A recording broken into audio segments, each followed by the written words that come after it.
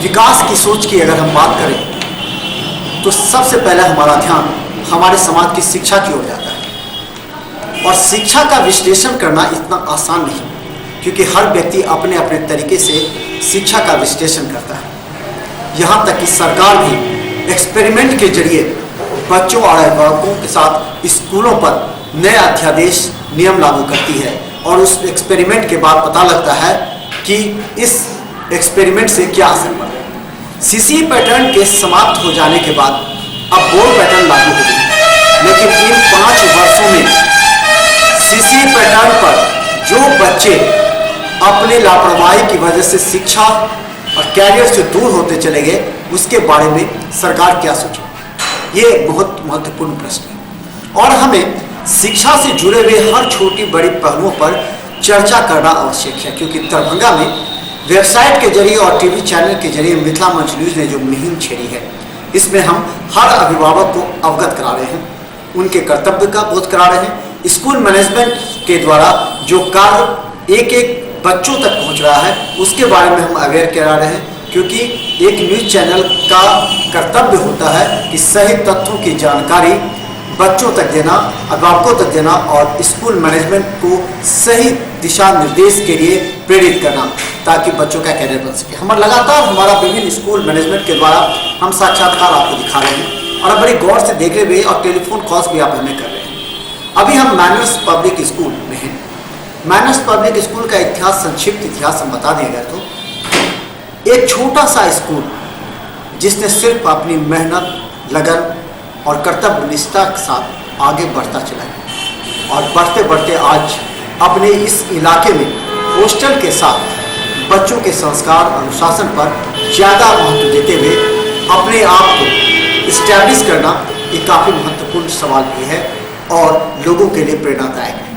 हमारे साथ ऋषिकेश जी हैं, जो स्कूल के निदेशक हैं, और इस स्कूल प्रारंभ से एक नींव खड़ा करने से लेकर के और आज ईंट तक जुड़ गया है, और हॉस्टल के लिए भी पूरे जिले में भी चर्चा है। बाहर बाहर से भी छात्र यहाँ आकर अपने बच्चों के नामांकन कराते हैं। वो गरीब छात्र, अभिभावक जिनके आंखों में आशा की किरण है कि वो अपने बच्चों को निजी विद्यालय में पढ़ा सके, वैसे अभिभावकों के लिए मैनर्स पब्लिक स्कूल एक नया रामबाण साबित हुआ है। इसके लिए आपने पढ़ा कि जब स्कूल की स्थापना की थी, उस समय क्या स्थिति थी, क्या सोच करके आपने स्कूल?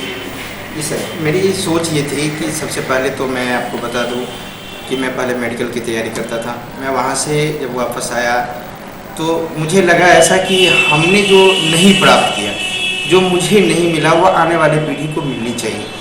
2 जनवरी 1995 को मैंने स्कूल की स्थापना की, और मैंने ये उद्देश्य से स्थापना की कि चलो इस समाज के बच्चे जो शिक्षा से वंचित रह जाते हैं, जो इच्छा करते हैं कि हम पब्लिक स्कूल में पढ़ें, लेकिन शायद उनके पास वो सामर्थ्य नहीं होती है, जिस कारण से वो पब्लिक स्कूल में अपने बच्चे को नहीं डाल पाते हैं। मेरी उद्देश्य थी सिर्फ उन बच्चों के लिए जो उच्च गार्जियन हैं, वो तो कहीं पढ़ा लेते हैं अपने बच्चे को, जो मध्यम वर्गीय और लो स्तरीय गार्जियंस हैं, जिनको पब्लिक स्कूल में पढ़ाने की शौक़ थी। मैं इसी तमन्ने के साथ कि उनको मैं वो शिक्षा दूँ कि वो भी अपने आप में, उनके पेरेंट्स या वो बच्चे प्रोत्साहित हो सके कि हम भी एक पब्लिक स्कूल में पढ़ें। इसी आशा और उद्देश्य के साथ मैंने 2 जनवरी 1995 को इस मैनर्स पब्लिक स्कूल की स्थापना की। मेरी सोच आज भी उन बच्चों के लिए, जिन बच्चों ने जो शिक्षा ग्रहण कर, जिनमें आंतरिक तमन्ना होती है कि मैं शिक्षा ग्रहण करूं, लेकिन शायद उनके पास व्यवस्था नहीं होती है, वह उन व्यवस्थाओं से लैस ये 22 साल स्कूल की होने जा रही है। मैंने 22 साल की कैरियर में इस स्कूल को, सिर्फ स्कूल के लिए मैंने जो किया, वह एक छोटी सी स्कूल से, जिस समय मैंने स्टार्टिंग किया था, वह घर घर जाके मैं अभिभावकों को ये प्रेरित करने का काम किया कि आप अपने बच्चे दें। मैं आपके बच्चों को एक सबल, स्वच्छ नागरिक बना के मैं आपको वापस करूँगा। कुछ पेरेंट्स ने उस समय में कमेंट भी किए कि सर आप क्या करेंगे पता नहीं, 1 साल के बाद बंद हो जाएगी, 2 साल के बंद हो जाएगी, चूँकि और स्कूल सब इसी इलाके में ऐसा हुआ था। मैंने उनको आशा दिखाया कि मैं अपनी लाइफ आपके बच्चे के लिए समर्पित किया। मुझे अब लाइफ में आपके बच्चे को ही एडुकेशन देना है, शिक्षा देना है, अनुशासित करना है और एक सबल नागरिक बनाना है। इस उद्देश्य से मैंने इस स्कूल की स्थापना की थी। स्कूल की स्थापना के बाद और साथ ही स्थापना के से पहले एक मिशन होता है। कई स्कूल तो जैसे उन्होंने कहा कि बंद भी हो गए, कई स्कूल चलते चलते किसी और राह पर चलने लगे हैं, यानी कि उनके स्कूल में बच्चे नहीं हैं, लेकिन उन्होंने अपना एफिलिएशन करवा लिया है और दूसरे स्कूल के बच्चों का नामांकन लेकर वो अपने स्कूल की प्रतिष्ठा और लाज को बचाएंगे। लेकिन पूरे बच्चों का संग्रह करने के बाद एक जवाबदेही लेकर के बच्चों को उनके अनुशासन के साथ उनके कैरियर के निर्माण में योगदान देना, वो एक सच्चा कार्य होता है। उसके नामांकन के बाद एक स्कूल मैनेजमेंट का क्या कर्तव्य होता है ताकि वो अपने बच्चों के बेस को लेकर के अनुशासन? देखिए, नामांकन तो जनरल सभी स्कूल में होती है, हर जगह होती है। नामांकन की जो प्रक्रिया है, जैसे हम लोगों की एक प्रक्रिया है कि 1 टाइम एडमिशन होती है। मैं अगर नर्सरी में बच्चे को एडमिशन करता हूँ तो वो अप टू 8 तक उसी एडमिशन पर कंटिन्यू होते हैं। री एडमिशन है मेरे यहाँ, एक बार डेवलपमेंट फी लगती है, वह कंटिन्यू होती है। मेरे यहाँ कोई एक्स्ट्रा डेवलपमेंट फी नहीं है। मैं ये कहूँ कि और सारे जो मेरे साथी संचालक महोदय हैं, मैं उनसे भी आग्रह करूँगा कि बच्चे और गार्जियंस जो होते हैं वह हमारे आदरणीय हैं, आप उनको सम्मान दें और एडमिशन के टाइम जो आप क्राइटेरिया बना के देते हैं, उनको फी काट देते हैं या सपोज जो भी देते हैं, आप उसको ओपन रखें कि हमारे यहाँ फी में इतना लगेगा, एडमिशन में इतना लग रहा है, सपोज जो भी लग रहा है। क्योंकि ये फी सब स्कूल की डिफरेंट होती है, उनकी अपनी स्टेमिना पर होता है या उनकी जो स्ट्रक्चर है जो देते हैं बच्चे को, कोई स्मार्ट क्लास दे रहे हैं, कंप्यूटर लैब दे रहे हैं या एसी रूम में स्टडी करा रहे हैं, सपोज जो भी उनके पास है, उनके एक्सपेंस पर निर्भर करता है कि उनके स्कूल का फी स्ट्रक्चर क्या है, मंथली फी क्या है, एडमिशन फ़ी क्या है। मेरे यहाँ की जहाँ तक सवाल है तो मैं 1 टाइम एडमिशन लेता हूँ और मेरी सोच होती है, जिस समय मैं एडमिशन करता हूँ तो पेरेंट्स से नियर अबाउट आधे घंटे मेरी बात होती है। मैं उनको अपनी स्कूल की हर एक्टिविटी को समझाता हूँ कि आपकी जो भी कंप्लेन होगी वह या तो लिखित रूप में आप कंप्लेन दायर करें या फिर अगर आपके पास समय है तो आप टेबल पर आके हमसे बात करें, हमारे सहयोगी शिक्षक से बात करें और हम आपके साथ हैं, आपके बच्चे के भविष्य और आपके बच्चे का विकास के लिए तत्पर हैं। जब ये एक स्कूल जो ही बच्चों में अगर 40 बच्चों में 1-2 बच्चे ऐसे होते हैं जो थोड़ा सा नटखट होते हैं, वो भी तो ऐसे के लिए काउंसलिंग की व्यवस्था क्या किस तरह की आप करते हैं? जी सर, ऐसा है कि हम लोग जैसे मंथली टेस्ट लिए, मंथली टेस्ट के बाद वीक स्टूडेंट हमको नज़र आते हैं, ठीक है। टीचर का टीम है, टीचर लिस्ट ला के देते हैं, मैं उन लोगों को एक सेपरेट व्यवस्था करके देता हूँ। मेरे पास ऊपर क्लास है, एक एक्स्ट्रा क्लास है, जिस क्लास में ले जाके जिस क्लास के भी बच्चे, जैसे साप्ताहिक अगर इस क्लास के बच्चे का 110 का अगर वीक स्टूडेंट की संख्या 10 है तो मैं उसको उसमें रिपोर्ट करता हूँ और एक टीचर स्पेशल देता हूँ जो ऑलराउंडर टीचर हैं, जो मतलब हर सब्जेक्ट को पढ़ा सकती हैं। मैं उनको 1 सप्ताह के लिए उस स्टूडेंट के पास भेजता हूँ और उसके बाद फिर उन्हें मैं टेस्ट लेता हूँ और देखता हूँ कि क्या इनमें विकास हुआ कि नहीं। तो इस ढंग से हम अलग ढंग से एक व्यवस्था करके देते हैं। जो कमज़ोर वर्ग हैं, जो कमज़ोर बच्चे हैं एजुकेशन में, जो कुछ नटखट बच्चे होते हैं, तो उन्हें मैं एक डिबेट क्लास होती है मेरे ऊपर में, जहाँ पर हम सारे बच्चे को बैठा के और एक मोरल देते हैं। मोरल डेट मीन्स कि आपको क्या करना है, आपका फ्यूचर कहाँ जा रहा है, आप क्या सोच रहे हो और आपको करना क्या है। वस्तु स्थिति है कि आपको करना क्या है, उससे बच्चे में थोड़ी सी जागरूकता पैदा होती है और बच्चे अपनी नटखटगिरी छोड़ करके थोड़ा सा स्टडी में आ जाते हैं। ये सीसी पैटर्न के बारे में आपने सुना होगा, ये सरकार का एक्सपेरिमेंट है, आप कैसा अनुभव करते हैं? देखिए सर, सीसी पैटर्न अभी तक तो चलती आई, हमने भी देखा। सीसी पैटर्न की सिलेबस थोड़ा सा एनसीईआरटी की सिलेबस से अलग होती है, ठीक है। हम बहुत, और ख़ास के मैं आपको मिथिला मंच न्यूज, आप सर बहुत तहे दिल से मैं शुक्रिया अदा करूँगा कि जो मुहिम आपने चलाया यह प्रशंसनीय नहीं, अति प्रशंसनीय है, क्योंकि इस पर ध्यान किसी को नहीं, ठीक है।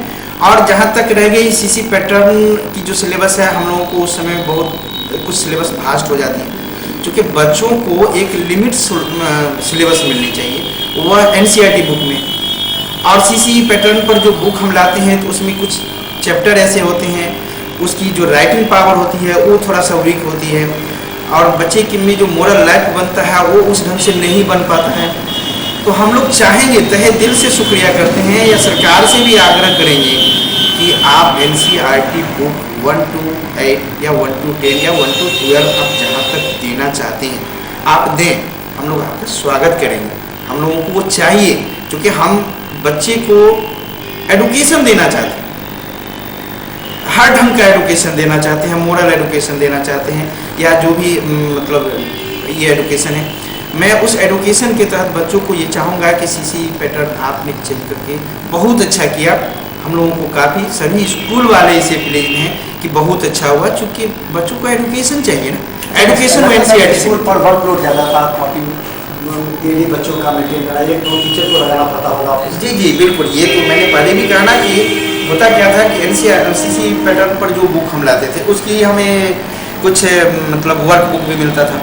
अब एक वर्क बुक बच्चे का हो गया, एक नोटबुक बच्चे का हो गया, दूसरा कि एक टीचर को एक नोटबुक चेक करना है, एक वर्कबुक चेक करना है, तो ये टीचर के साथ परेशानी हो रही थी। तो इस परेशानी को दूर करने के लिए NCERT बुक अगर लग रही है तो हम लोग को काफ़ी खुशी है। खासकर बता दें CC पैटर्न में स्कूल के बच्चों से ज़्यादा जिम्मेवारी और कार्य स्कूल के शिक्षकों को करना पड़ता था, क्योंकि बच्चों का बिहेवियर, बच्चों का प्रैक्टिकल, बच्चों का हर सब्जेक्ट का प्रैक्टिकल और कॉपी को तैयार करना पड़ता था चैप्टर वाइज। उसके बाद बच्चों को दिखाना पड़ता था, अगर नहीं दिखाते थे बच्चे तो उन पर फाइन भी होता था। तो इस तरह की बातों से लगता था कि उस समय बच्चों पर ज़्यादा शिक्षकों पर ऑलरेडी बिल्कुल, क्योंकि बच्चे को एक फेयर के बदले 2 फेयर करना पड़ता है। तो बच्चे भी एक टाइम, सपोज हम 5.5-6 घंटे स्कूल चलाते हैं, 6.5 घंटे में 40 मिनट की एक पीरियड होती है। उस 40 मिनट के पीरियड में बच्चे को क्वेश्चन आंसर कराना है, टीचर को फिर चेक करना है, नहीं हुआ तो नेक्स्ट डे चेक करना है। तो बच्चों में भी ये अभी जैसा कि मैंने इससे पहले भी क्लास में चर्चा किया था कि अब हो सकता है कि अभ्यास पुस्तिका आपकी खत्म हो जाए जो आंसर की है, और एक ही नोटबुक तैयार होगी जो आपका आंसर शीट तैयार होगा उस पर, और टीचर को भी सहूलियत होगी। तो सारे लोग, बच्चों में भी ये थोड़ी सी जागरूकता बढ़ी कि ठीक होगा, अच्छा होगा सर। तो हम ये कहना चाहेंगे कि जहाँ 2 चीज़ हम तैयार करते हैं, अगर एक ही चीज़ तैयार करने से हमें सोल्यूशन हो जाती है, हमें उतना ही एडुकेशन मिल जाता है, तो फिर हम 2 क्यों करें। तो इससे अच्छी बात है, बच्चों में भी प्रोत्साहन होगा, बच्चे भी इस चीज़ को समझेंगे और वो और अच्छे ढंग से तैयारी करेंगे। उनका टाइम जो उस अभ्यास पुस्तिका पर लग जाती थी वो टाइम तो कम से कम बचेगा जो इस पर ये लगाएंगे नोटबुक तैयार करके। एक शिक्षक के रूप में आपका दिल कभी कभी कराहता होगा जब कोई बच्चा 20 नंबर ला रहा है, लेकिन उसे आप प्रमोट कर रहे हैं अगले क्लास में। उससे बच्चों की मानसिकता कम होती गई, बच्चों में पढ़ने की क्षमता कम होती गई, एबिलिटी कम होती गई, सोच कम होती गई कि नहीं भी पढ़ेंगे तो भी क्या उस समय प्रमोट करने में आपका दिल कराहता नहीं होगा एक शिक्षक के रूप में?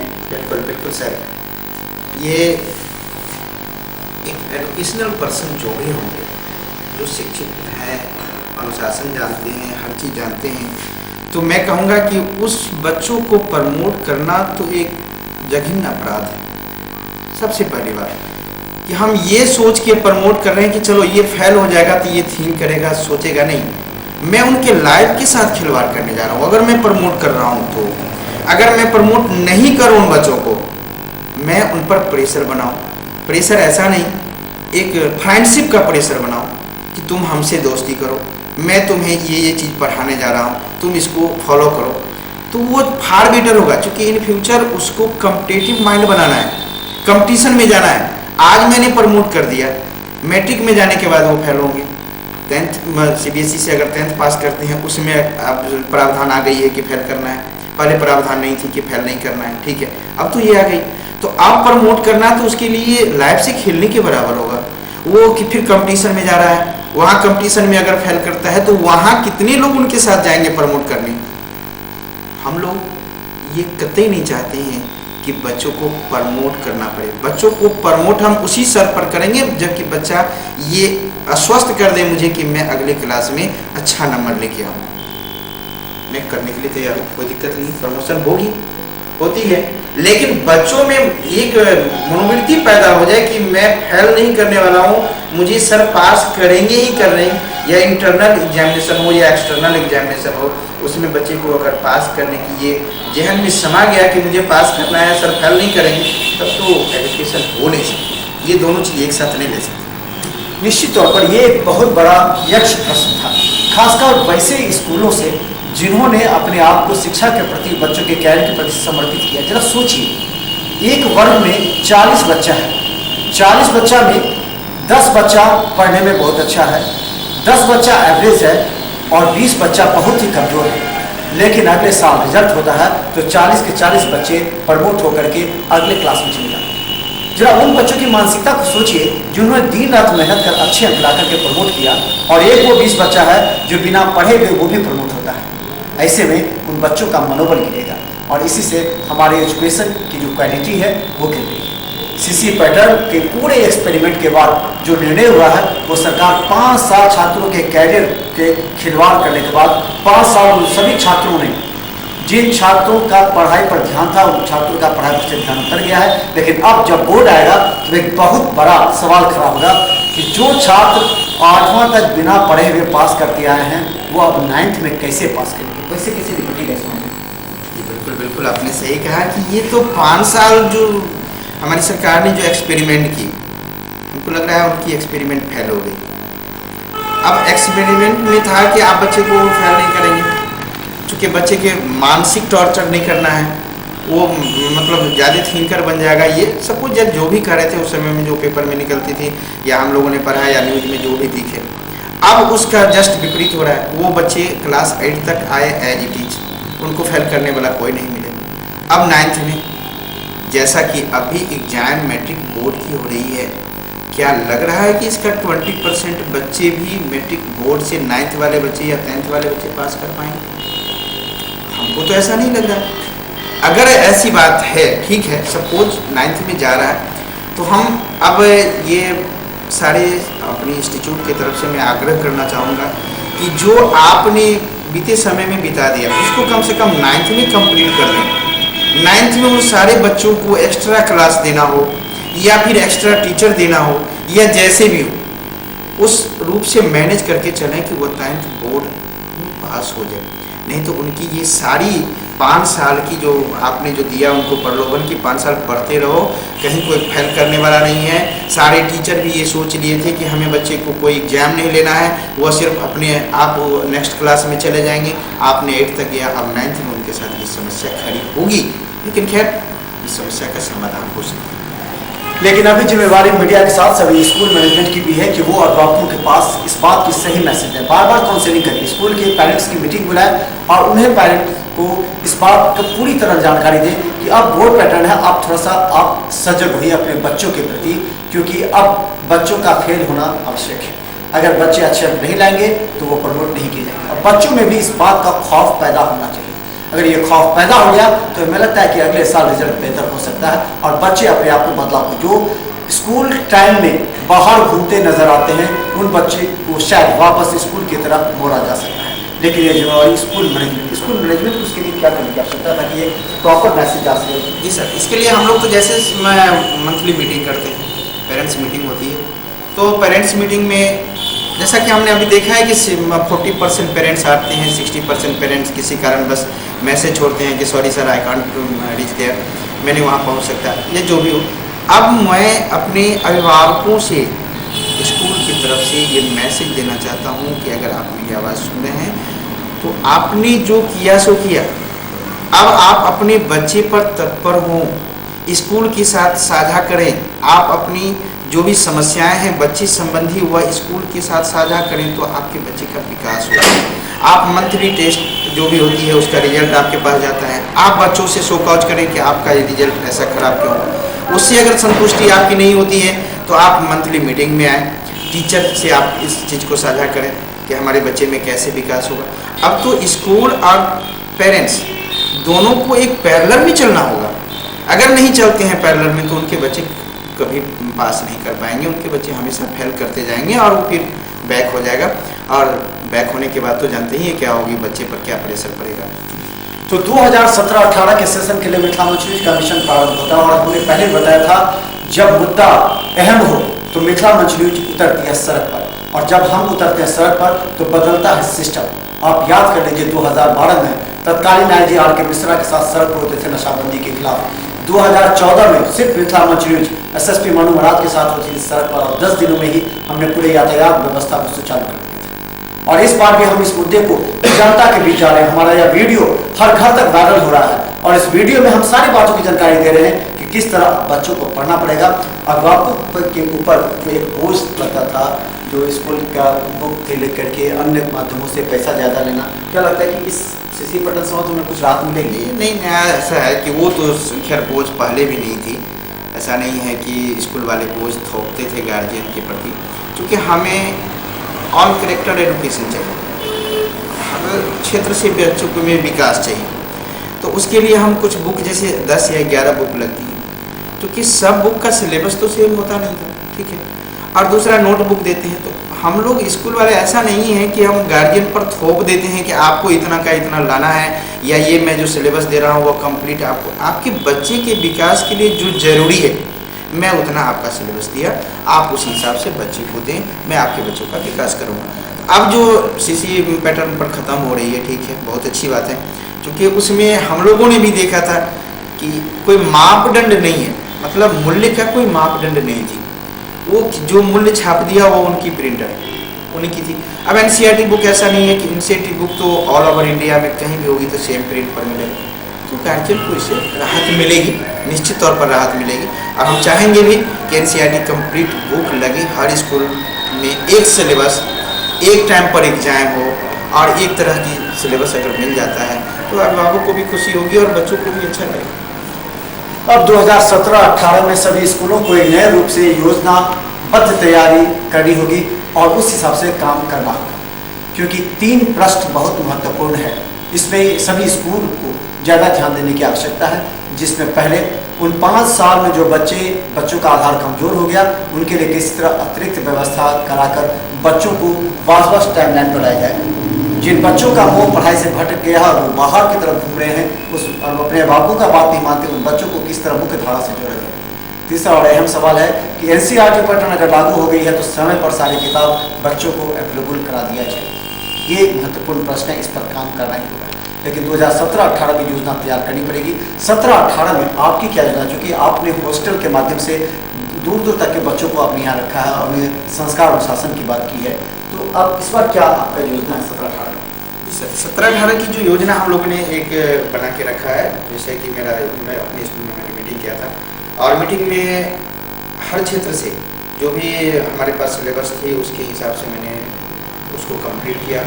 ये पेरेंट्स को मैं एक सिलेबस देने जा रहा हूँ, जिस सिलेबस के तहत पेरेंट्स भी अपने बच्चे को देखें कि हमें फर्स्ट टर्मिनल में कितना मतलब सिलेबस मिलता है, सेकंड में कितना मिलता है, और एनुअल में कितना मिलता है, क्योंकि 3 एग्जाम हम लोग लेते हैं, फर्स्ट सेकंड और एनुअल, ठीक है। तो इसमें बहुत ज़्यादा ये नहीं है, सब कुछ 17-18 का जो हम लोगों की जो दायित्व बनती है, जैसा कि सीसी पैटर्न हम लोगों ने समाप्त कर दिया, हमें थोड़ी सी प्रशंसा मिली, ठीक है, अच्छी बात है, हमें खुशी भी मिला इस चीज़ के लिए। और आगे की जो ये है कि हम एनसीईआरटी बुक कंप्लीट लगाएंगे, क्योंकि इससे पहले एनसीईआरटी बुक 1 to 8 लगी नहीं थी, अब इस बार फर्स्ट बार होगी, तो हम उसका थोड़ा सा देखेंगे कि क्या है एनसीईआरटी बुक का सिलेबस। बच्चों को किस तरह के पढ़ाते हैं, किस तरह मॉर्निंग से किस तरह का आता है? जी सर, हॉस्टल के बच्चे को हम 18 आवर उसका इंगेजमेंट करते हैं और ओनली 6 आवर उसको ऑन स्लीपिंग के लिए देते हैं। तो 18 आवर में morning, early in the morning मैंने पहले उसको उठाया और half kilometre, near about half kilometre मैंने रनिंग कराया। रनिंग कराने के बाद उसको 1 गिलास दूध मिलता है जस्ट, उसके बाद वो जाते हैं अपना क्रिया से निवृत्त होने के लिए। वो जब कंप्लीट हो जाता है तो फिर हमारी चूँकि स्कूल का टाइमिंग है 8:30 बजे से, तो मॉर्निंग में ब्रेकफास्ट देना है। इस समय में हमारी सेल्फ एजुकेशन नहीं हो पाती, सेल्फ हम बच्चे को पढ़ा नहीं पाते हैं, तो 8:30 बजे से स्कूल तैयार होकर चला जाता है। 8:30 से 2 बजे तक स्कूल होती है, फिर 2:30 बजे में मैं उसे खाना देता हूँ। 2:30 बजे से 3:30 बजे तक उसको स्लीपिंग मतलब आराम करना है, और फिर 3:30 से 5:30 उसका इंटरनल एजुकेशन है, इसमें सेल्फ टीचर होते हैं, वो अपना गाइडलाइन देते हैं, जो होमवर्क रहता है उस सबको कंप्लीट कराते हैं। सिर्फ 5:30 से 6:30 1 घंटे का प्ले होती है उन लोगों का, और फिर नेक्स्ट टाइम रात में मतलब स्टडी होती है 7 बजे से लेकर 9 बजे तक। अच्छा, अब बोर्ड पैटर्न लागू हो जाने के बाद क्या लगता है कि बेहतर शिक्षकों की आवश्यकता, मतलब बहुत शिक्षक तो अब सरकारी नौकरी में चले गए, बहुत सारे स्कूलों की ये हालात है, तो किस तरह अब शिक्षकों की नियुक्ति और किस तरह क्वालिटी शिक्षक जी जी बिल्कुल। हम लोगों के यहाँ जैसे कि हमारी एक कमेटी है, उस कमेटी में 5 मेंबर हम लोग हैं। जब भी किसी भी टीचर को अगर अपॉइंटमेंट करना रहता है तो उस समय में एक मतलब उसका बायोडाटा लेते हैं। बायोडाटा अगर मास में आ गया 10 या 15 आ गया तो सारे लोग वहाँ बैठते हैं और एक स्पेशल टीचर स्पेशलिस्ट रहते हैं उसमें, सब्जेक्ट स्पेशलिस्ट, और उसके हिसाब से एक सप्ताह का उनको डेमो क्लास देते हैं। हम लोग पीछे में बैठे रहते हैं, अपना वो डेमो क्लास करते हैं। ठीक, जिसको ये हो गया कि नहीं he is able to teach, अगर ये पढ़ा सकता है यहाँ, तब मैंने उसको अपॉइंटमेंट देते हैं और उसके बाद उसी में पढ़ा सकते। तो आज आपका सवाल बिल्कुल सही कि अभी जो परिस्थिति है टीचर की, रियल एडुकेशन वाले टीचर 80% है, 20% हर स्कूल में एक मीडियम कैटेगरी के टीचर, जिनका काम कुछ एक्स्ट्रा भी है और कुछ स्कूल क्लास इंगेज करने के लिए, लेकिन 80% teacher near about her school में अच्छे टीचर। तो मिथिला मंच न्यूज के माध्यम से आप तक सही जानकारी पहुंच रही है, क्योंकि बहुत से अभिभावकों को इस बात की जानकारी नहीं थी कि ये क्या सीसीए पैटर्न, क्या बोर्ड पैटर्न, उन्हें अपने बच्चों को केवल स्कूल भेजने तक मालूम है। लेकिन 10% जो सजग गार्जियन है वो इस बात को लेकर के विश्लेषण और चर्चा कर रहे हैं। इसके बाद अन्य अभिभावकों पर भी इसका असर पड़ रहा है और मिथिला मंच न्यूज के माध्यम से हम हर तथ्य आप तक पहुँचा रहे हैं। जरा गौर से हमारे कार्यक्रम को देखिएगा, क्योंकि ये कार्यक्रम आपके बच्चों के कैरियर को बना सकता है या फिर आपके बच्चों के कैरियर को बर्बाद कर सकता है, क्योंकि अभी आपको सजग होने की आवश्यकता है। सरकार ने अगर एक स्टेप ले लिया है सीसीए पैटर्न की खामियों को देखते हुए, तो अब आप अपने बच्चों पर दबाव डालें। प्रत्येक दिन 6 घंटा का स्टडी आवर रखें और बच्चों पर निगरानी रखें और स्कूल के संपर्क में, स्कूल के क्लास टीचर से संपर्क में रहें, क्योंकि मिथिला मंच न्यूज ने भी अब अप्रैल के बाद से नए सेशन में कई स्कूलों को हम एक पत्र भेज रहे हैं जिसमें हम काउंसलिंग टीम का गठन कर रहे हैं। यानी हम बच्चों को नैतिक शिक्षा और उन्हें काउंसलिंग के जरिए, टीवी चैनल के जरिए हम बताएंगे उन्हें कि किस तरह एक बच्चे को सुसंस्कारी होना चाहिए, अनुशासित होना चाहिए, ताकि वो बच्चे अपने कैरियर का निर्माण कर सकें और इस देश और समाज के लिए वो कलम साबित हो। अंत में क्या अपेक्षा है न्यूज का कार्यक्रम? बहुत बहुत धन्यवाद मनोज बाबू, आप लोगों ने जो ये मुहिम छेड़ा है, मैं तहे दिल से इसकी ऊपर वाले से भी मैं कहूँगा कि मनोज जी को इतना आत्मविश्वास दें कि इस मुहिम में सफल हूँ। मैं आपके साथ हूँ, सारे स्कूल मैनेजमेंट भी मैं आशा करूँगा कि वो भी आपके साथ होंगे। और मैं अंत में मैं अभिभावकों से, उन सभी अभिभावकों से रिक्वेस्ट करूँगा जिनके बच्चे कहीं भी किसी भी स्कूल में पढ़ते हों। मुझे ये नहीं है कि जो मेरे स्कूल में पढ़ते हैं, नहीं, ऑल ओवर इंडिया में कोई भी अभिभावक जिनके बच्चे, छोटे बच्चे हैं, वो कहीं अगर एजुकेशन लेते हैं तो आप बच्चों के साथ फ्रेंडशिप करें, दोस्ती करें। आपके बच्चे में ऑल डेवलपमेंट होगी। अगर आप बच्चे पर प्रेशर मारते हैं, प्रेशर देते हैं, या जैसा भी प्रेशर हो, या तो आपके बच्चे अगर कम मार्क लाते हैं तो भी आप प्रेशर डालते हैं, नहीं आपके बच्चे बहुत अच्छे करते हैं तो आप उसे प्रोत्साहित करते हैं। मैं कहूँगा कि नहीं, उन सारे बच्चों को प्रोत्साहित करें, लेकिन एक रास्ता दिखाने का प्रयास करें कि आप इस रास्ते से यहाँ तक जाना है या इस रास्ते से कहाँ तक जाना है आपको।